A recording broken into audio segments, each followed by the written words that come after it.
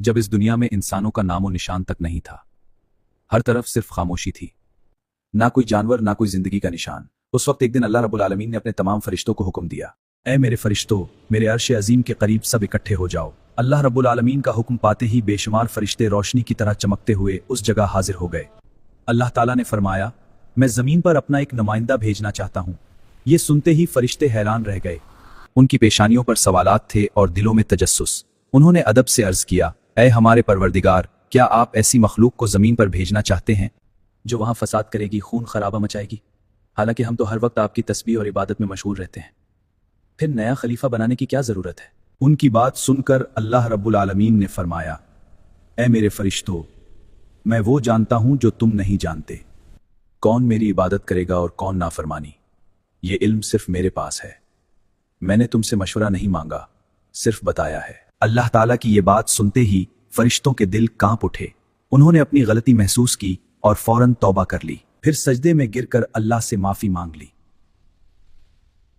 फिर अल्लाह ताला ने अपने 4 अजीम फरिश्तों को बुलाया, हजरत जिब्राइल, हजरत मिकाईल, हजरत इसराफील और हजरत इजराइल अलैहिमुस्सलाम।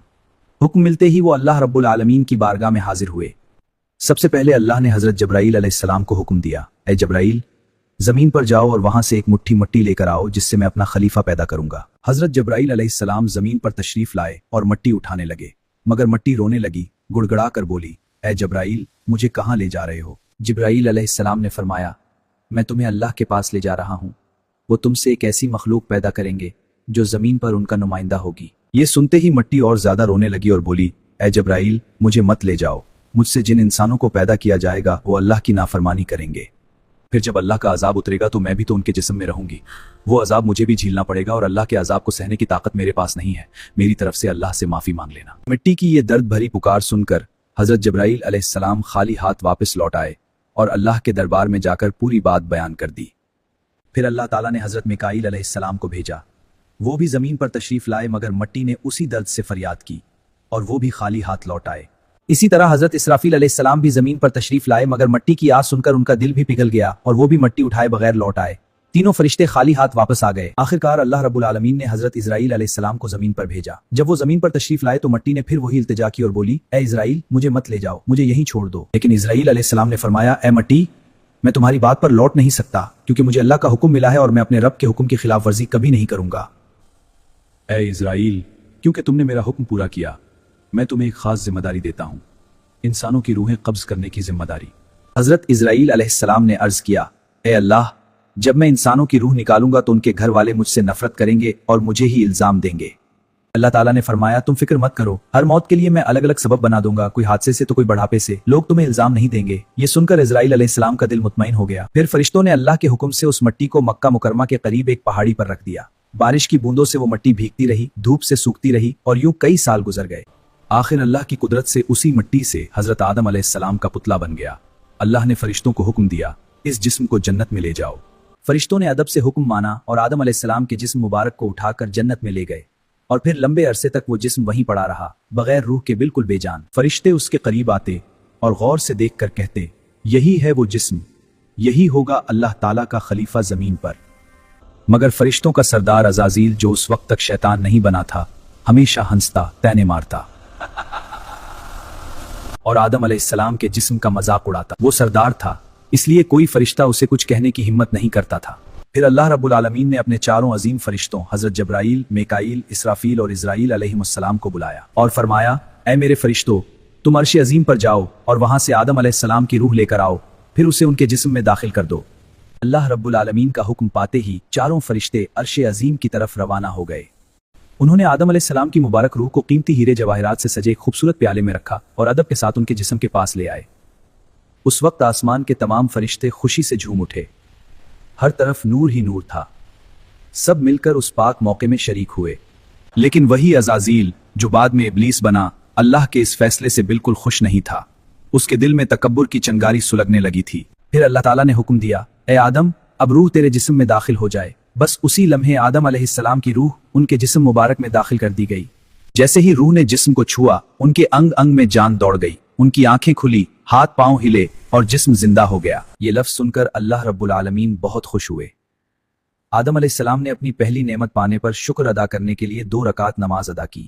جب ان کی نماز مکمل ہوئی تو ہیرے جواہر اور سونے چاندی سے سجا ایک خوبصورت تخت لایا گیا۔ اللہ کے حکم سے حضرت آدم علیہ السلام اس تخت پر بیٹھ گئے اور فرشتے چاروں طرف عزت اور محبت سے جھکے ہوئے تھے۔ پھر اللہ تعالیٰ نے فرمایا، اے میرے فرشتوں، آدم کو عزت دو اور انہیں سجدہ کرو۔ اللہ کا حکم پاتے ہی کروڑوں فرشتے سجدے میں گر پڑے۔ ہر طرف نور کا سیلاب پھیل گیا۔ جب فرشتوں نے سجدے سے سر اٹھایا تو دیکھا کہ صرف عزازیل کھڑا رہ گیا۔ باقی سب آدم علیہ السلام کو سجدہ کر چکے تھے، مگر عزازیل کے چہرے پر نفرت اور گھمنڈ صاف جھلک رہا تھا۔ تب اللہ تعالیٰ نے عزازیل کی طرف رخ کر کے فرمایا، اے عزازیل، تو نے میرا حکم کیوں نہیں مانا؟ عزازیل نے گھمنڈ بھرے لہجے میں کہا، آپ نے آدم کو مٹی سے پیدا کیا اور مجھے آگ سے بنایا۔ آگ کی فطرت تو اوپر اٹھنے کی اور مٹی کی فطرت نیچے گرنے کی، تو اگر کسی کو سجدہ کرنا چاہیے تو آدم کو مجھے کرنا چاہیے۔ عزازیل کی یہ بات سن کر اللہ رب العالمین کا غضب بھڑک اٹھا۔ اللہ نے فرمایا، اے نافرمان، تو یہاں سے نکل جا، تو نے میرا حکم نہیں مانا، آج سے تو ہمیشہ کے لیے لعنت اور سزا کا حقدار بن گیا۔ بس اسی وقت جو کبھی فرشتوں کا سردار تھا وہ لعنت کے ساتھ ابلیس اور شیطان بن گیا۔ جب اسے جنت سے نکالا گیا تو وہ رونے لگا اور کہنے لگا، اے اللہ، میں نے کتنے عرصے تک تیری عبادت کی ہے، فرشتوں کو سکھایا ہے، تیری خدمت کی ہے، تو تیری رحمت سے کچھ مانگنا چاہتا ہوں، میری التجا قبول کر لے۔ کیا چاہتا ہے تو؟ اے مالک، مجھے قیامت تک کی زندگی عطا کر دیجیے۔ ٹھیک ہے، تجھے قیامت تک کی زندگی دے دی جائے گی۔ پھر شیطان نے کہا، اے مالک، آج جس بنی آدم کی وجہ سے میں جنت سے نکالا گیا، ان کے جسم کی رگوں میں داخل ہو سکوں، یہ طاقت مجھے عطا کر دیجیے۔ اللہ تعالیٰ نے فرمایا، تجھے یہ طاقت دی جاتی ہے، لیکن سن لے اے شیطان، تو میرے بندوں کو دھوکہ دے سکتا ہے، انہیں گناہوں میں گرا سکتا ہے، لیکن اگر میرا کوئی بندہ توبہ کرے گا تو میں اس کے تمام گناہ معاف کر دوں گا، اور میرے خاص بندوں کو تو کبھی نقصان نہیں پہنچا سکے گا۔ پھر شیطان کو لعنت دے کر جنت سے نکال دیا گیا۔ اس کے بعد اللہ کے حکم سے حضرت آدم علیہ السلام کا تخت جنت الفردوس میں لے جایا گیا۔ وہاں آدم علیہ السلام کو پوری آزادی دی گئی کہ وہ جنت کی تمام نعمتوں کا لطف اٹھائیں، گھومیں پھریں، کھائیں پیئیں، مگر آدم علیہ السلام کا دل کسی چیز کی طرف نہیں جھکتا تھا۔ وہ تنہا بیٹھے عبادت کرتے رہتے، ان کے چہرے پر ایک گہری اداسی تھی۔ اللہ تعالیٰ کو آدم علیہ السلام کی یہ حالت معلوم ہوئی تو انہوں نے حضرت جبرائیل علیہ السلام کو آدم کے پاس بھیجا۔ جبرائیل علیہ السلام تشریف لائے اور مسکرا کر بولے، اے آدم، جنت تمہیں کیسی لگ رہی ہے؟ اس پر حضرت آدم علیہ السلام نے جواب دیا، اے جبرائیل، یہاں سب کچھ اچھا ہے، چاروں طرف سکون اور نعمتیں ہیں، ہر چیز قابل تعریف ہے، لیکن دل میں ایک عجیب سی کمی محسوس ہوتی ہے جسے میں بیان بھی نہیں کر پا رہا۔ جبرائیل علیہ السلام مسکرائے اور بولے، ہاں آدم، میں جانتا ہوں، اللہ نے مجھے اسی مقصد سے بھیجا ہے، فکر مت کرو، بہت جلد تمہاری یہ کمی پوری کر دی جائے گی۔ یہ کہہ کر وہ واپس لوٹ گئے۔ اگلے دن فجر کی اذان سے پہلے جب آدم علیہ السلام نیند کی ہلکی آغوش میں تھے، اسی وقت حضرت جبرائیل علیہ السلام اللہ کے حکم سے ان کے پاس تشریف لائے۔ انہوں نے بڑے ادب سے حضرت آدم علیہ السلام کی بائیں پسلی سے ایک ہڈی نکالی، اس پر گوشت اور چمڑا چڑھایا، اور یوں ایک نئی تخلیق کا آغاز ہوا۔ فوراً وہ ہڈی نور میں ڈوبنے لگی۔ تھوڑی ہی دیر میں اس نے ایک حسین عورت کا روپ لے لیا جس کے چہرے سے ایسی روشنی پھوٹ رہی تھی جیسے پوری جنت اس نور سے جگمگا اٹھی ہو۔ حضرت جبرائیل علیہ السلام مسکرائے اور آدم علیہ السلام کے پاس آ کر دھیرے سے بولے، اے آدم، اٹھیے۔ آدم علیہ السلام جاگے، ان کی نظر سامنے پڑی اور وہ حیران رہ گئے۔ ان کے سامنے ایک ایسی حسین، پاک اور نورانی ہستی کھڑی تھی جس کا چہرہ چاند سے زیادہ روشن، اور رحمت کی چمک تھی، اور جسے دیکھ کر دل میں عجیب سی راحت اور محبت اترتی تھی۔ آدم علیہ السلام انہیں دیکھتے ہی رہ گئے۔ تب جبرائیل علیہ السلام نے فرمایا، یہ ہیں آپ کی ہم سفر، آپ کی زندگی کی ساتھی بی بی ہوا علیہ السلام۔ یہ سنتے ہی آدم علیہ السلام کے چہرے پر مسکراہٹ پھیل گئی، دل کا وہ خالی پن جو برسوں سے تھا وہ پل بھر میں مٹ گیا۔ ان کے دل میں خوشی کی لہر دوڑ گئی، ایسی خوشی جو لفظوں میں بیان نہیں کی جا سکتی۔ تفاسیر میں آتا ہے کہ دنیا کی تمام عورتوں میں سے جسے اللہ تعالیٰ نے سب سے زیادہ حسن عطا کیا وہ بی بی ہوا علیہ السلام۔ آدم علیہ السلام دیر تک انہیں دیکھ کر اللہ کا شکر ادا کرتے رہے۔ دھیرے دھیرے وہ ان کے قریب جانے لگے، مگر جبرائیل علیہ السلام نے ادب سے انہیں روک لیا اور فرمایا، اے آدم، نکاح کیے بغیر آپ کے لیے ان کے قریب جانا جائز نہیں، پہلے آپ اپنے نکاح کی دعا کیجیے۔ آدم علیہ السلام نے سر جھکا لیا اور ویسا ہی کیا جیسا جبرائیل علیہ السلام نے فرمایا۔ انہوں نے بارگاہ الہی میں بی بی ہوا سے نکاح کے لیے دعا فرمائی۔ اللہ تعالیٰ نے ان کی دعا قبول فرمائی اور ارشاد فرمایا، اے آدم، میں نے تمہارا اور ہوا کا نکاح مکمل کر دیا ہے، اب تم اپنی بیوی کا مہر ادا کرو۔ آدم علیہ السلام نے ادب سے پوچھا، اے میرے رب، یہ مہر کیا ہوتا ہے؟ اللہ تعالیٰ نے ارشاد فرمایا، اے آدم، تمہارے نکاح کا مہر یہ ہوگا کہ تم میرے پیارے حبیب حضرت محمد صلی اللہ علیہ وسلم پر کچھ مرتبہ درود بھیجو۔ آدم علیہ السلام کا دل محبت سے لبریز ہو گیا۔ انہوں نے سر جھکا کر عرض کیا، لبیک یا رب۔ پھر انہوں نے پورے عشق اور خلوص کے ساتھ حضور صلی اللہ علیہ وسلم پر کئی مرتبہ درود شریف بھیجا۔ اسی کے ساتھ پہلا نکاح مکمل ہوا جو انسانی تاریخ کا پہلا اور سب سے پاک نکاح تھا۔ اللہ تعالیٰ نے حضرت آدم اور حوا علیہما السلام کو خوشی اور سکون کے ساتھ جنت میں رہنے کی اجازت دی اور فرمایا، اے آدم، سن لو، جو چاہو کھاؤ پیو اور ان رحمتوں کا لطف اٹھاؤ، لیکن اس ایک درخت کے پاس مت جانا اور اس کے پھل کو کبھی مت کھانا۔ حضرت آدم اور حوا علیہ السلام جنت میں سکون اور محبت کے ساتھ رہنے لگے، لیکن ادھر شیطان کو جنت سے نکال دیا گیا تھا۔ وہ باہر بیٹھا ہر پل اسی فکر میں ڈوبا رہتا कैसे मैं आदम और हवा को बर्बाद कर दूं। उसने अपने पुराने इल्म और वजीफे याद किए, वही अस्मा और अज़कार पढ़ने लगा जिनसे वो जन्नत के दरवाजे तक पहुंच सके। आखिरकार उसकी चाल कामयाब हो गई, वो जन्नत के दरवाजे के करीब पहुंच गया। वहां उसने देखा कि जन्नत की दीवार पर एक मूर बैठा है। मूर ने उसे देखकर पूछा, तो कौन है? शैतान बोला, मैं एक फरिश्ता हूँ। मूर ने पूछा, तो तू यहाँ क्या चाहता है? शैतान ने चालाकी से कहा, मैं जन्नत में दाखिल होना चाहता हूँ। मूर ने जवाब दिया, हजरत आदम अलैहिस्सलाम यहाँ मौजूद हैं, इसलिए किसी और को अंदर जाने की इजाजत नहीं। भाई मोर, मुझ पर रहम करो। अगर तुम मेरी मदद करोगे तो मैं तुम्हें ऐसी दुआएं सिखाऊंगा जो पढ़ने के बाद तुम कभी बूढ़े नहीं होगे, कभी मरोगे नहीं और जन्नत से कभी बाहर नहीं निकाले जाओगे। मूर थोड़ा झुझका, मगर शैतान ने अपनी मीठी आवाज में अस्मा और अज़कार पढ़ने शुरू कर दिए। उसकी आवाज में ऐसा असर था कि मूर ने उसकी बात मान ली और उसे जन्नत के दरवाजे तक पहुंचा दिया। वहां एक बड़ा सांप पहरेदारी कर रहा था। मूर ने सारी बात सांप को बताई। तो कौन है? सांप ने शैतान से पूछा, तो कौन है? शैतान ने फिर झूठ बोला, मैं फरिश्ता हूँ, अर्श अजीम के नीचे रहा करता था। वहीं मैंने एक ऐसा इसमें आजम सीखा है जिसे पढ़ो तो हर मुराद पूरी हो जाती है। वो दुआ मुझे भी सिखा दे। जरूर सिखाऊंगा, मगर मेरी एक शर्त है।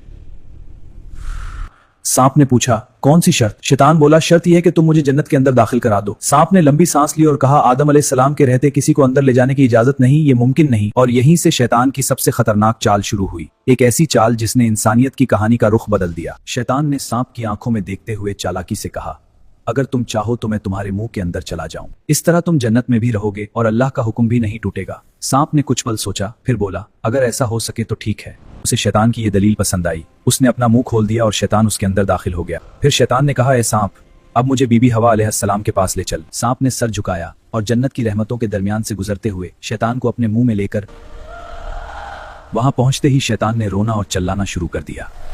उसकी सुस्कियां इतनी तेज थी कि जन्नत की हूरें और गलमान भी जमा हो गए। बीबी हवा अलैहिस्सलाम ने हैरानी से पूछा, ए अजनबी, तुम क्यों रो रहे हो? शैतान ने झूठी मासूमियत से कहा, मैं तुम्हारे अंजाम को सोचकर रो रहा हूँ। ये सुनकर बीबी हवा अलैहिस्सलाम चौंक गईं और बोले, हमारा अंजाम क्यों?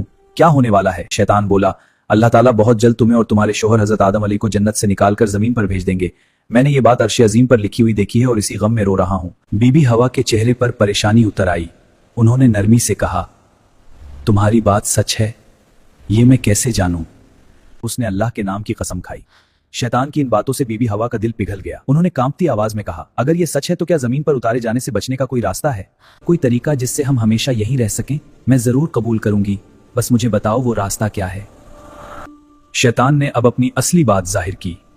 देखो, वो जो दरख्त है जिससे तुम्हें दूर रहने का हुक्म दिया गया था, अगर तुम उसका फल खा लो तो तुम हमेशा हमेशा के लिए जन्नत में रहोगी, कभी भी तुम्हें यहां से निकाला नहीं जाएगा।